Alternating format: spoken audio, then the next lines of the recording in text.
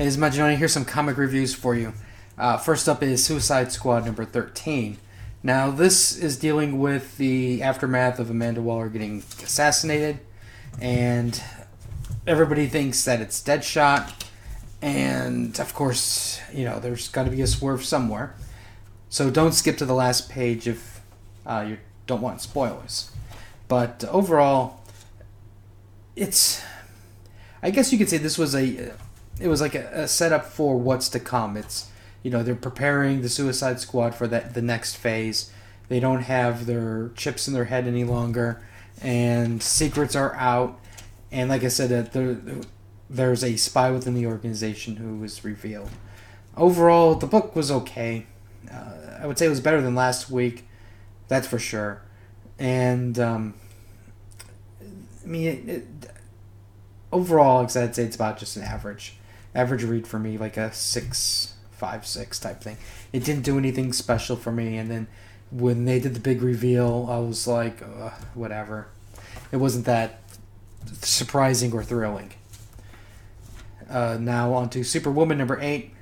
I only bought this because of the Superman Reborn tie-in, and I didn't get the Action Comics because the book was out when I got to the comic store.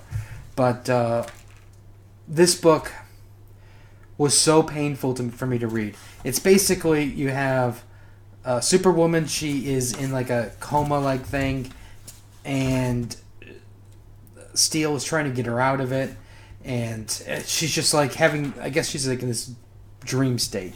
And there's some, I guess, almost looks like self-doubt in a way, or self-confidence. There's people that were important in her life. They're kind of down on her, and she's like, what's going on? I don't understand, And I'm just like, it just got to the point where I just tuned out and I didn't care any longer. And I'll be honest, I stopped reading it. I mean, it's really rare when I just stop reading the book, but I just couldn't take it any longer. I got tired of that type of a story. I wish I never bought it. Like I said, just horrible. Old Man Logan number 19. Okay, now Logan is trying to go back to his universe timeline to save the baby Hulk, because he promised that he would look after him, and he's going to like all the mystics who could possibly bring him to that location, and they're all like, Logan, it's a bad idea. No. So he decides to basically to go to the one person he can go to, and he goes into prison, the deepest, darkest supervillain prison, and he's working his way down to the only person that he believes that can help him. Now, we do have Spider-Man guest starring, the Miles Morales Spider-Man, and there is the craziest bits of anatomy that I have ever seen. You know what I mean? It's like, I mean, I can appreciate stylized art occasionally, but it's kind of odd when this really gets it, while everybody else is, for the most part, in a different style. But so I know people are probably going to have issues with it. But overall, I thought the book was okay. But again, it's one of those things where it's like, dude, how many people are telling you no, and you still go ahead and try to do it anyways? It's going to be bad. Bad things will happen. But he's stubborn. So, but I don't know. We'll see how the story progresses. I mean, who knows? Maybe this baby Hulk will become the new Hulk in the Marvel Universe. But we'll see. Overall, I did enjoy it, though. Okay, Humans vs. X-Men.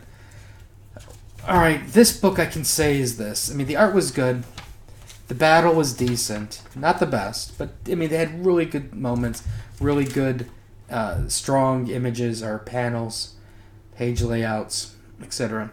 But the one thing I can say that they did compared to what every other event book in Marvel fails to do is it actually got a resolution that matters.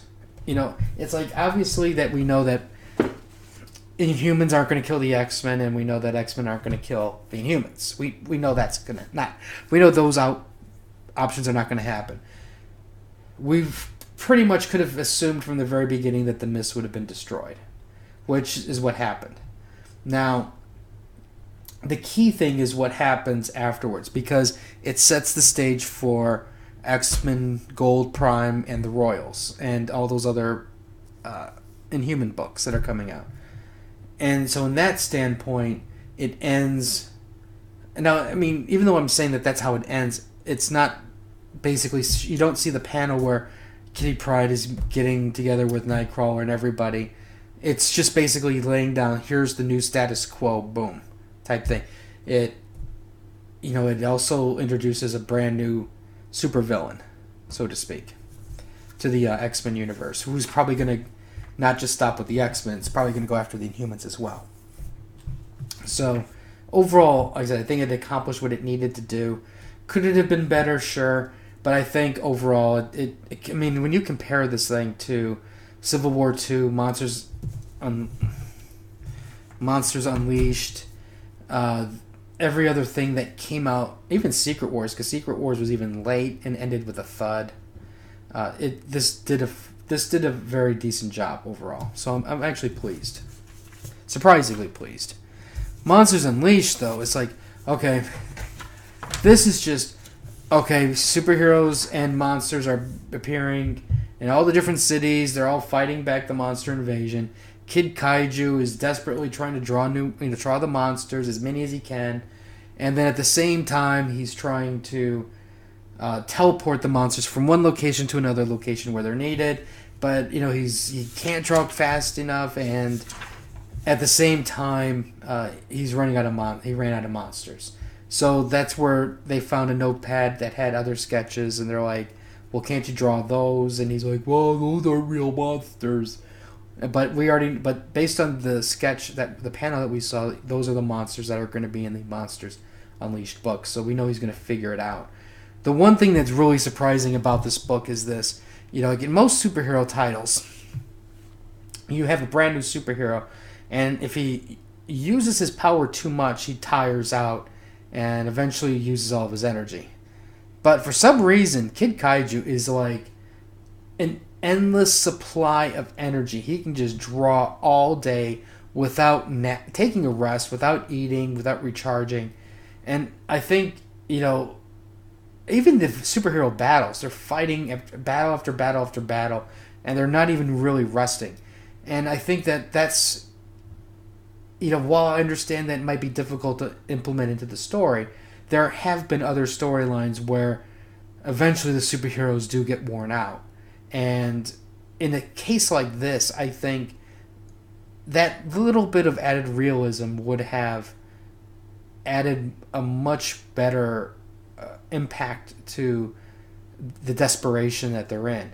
I mean, yes, you can say that just by saying that monsters are appearing all the time and they're constantly fighting, that's desperate. But it's that little, it's that little extra bit that makes the difference between like a bad story to a good story to a great story type thing. And in this case, this really is still a shit story. And it's just utterly disappointing. This could be, it's just that little bit away from making it better than what it could be.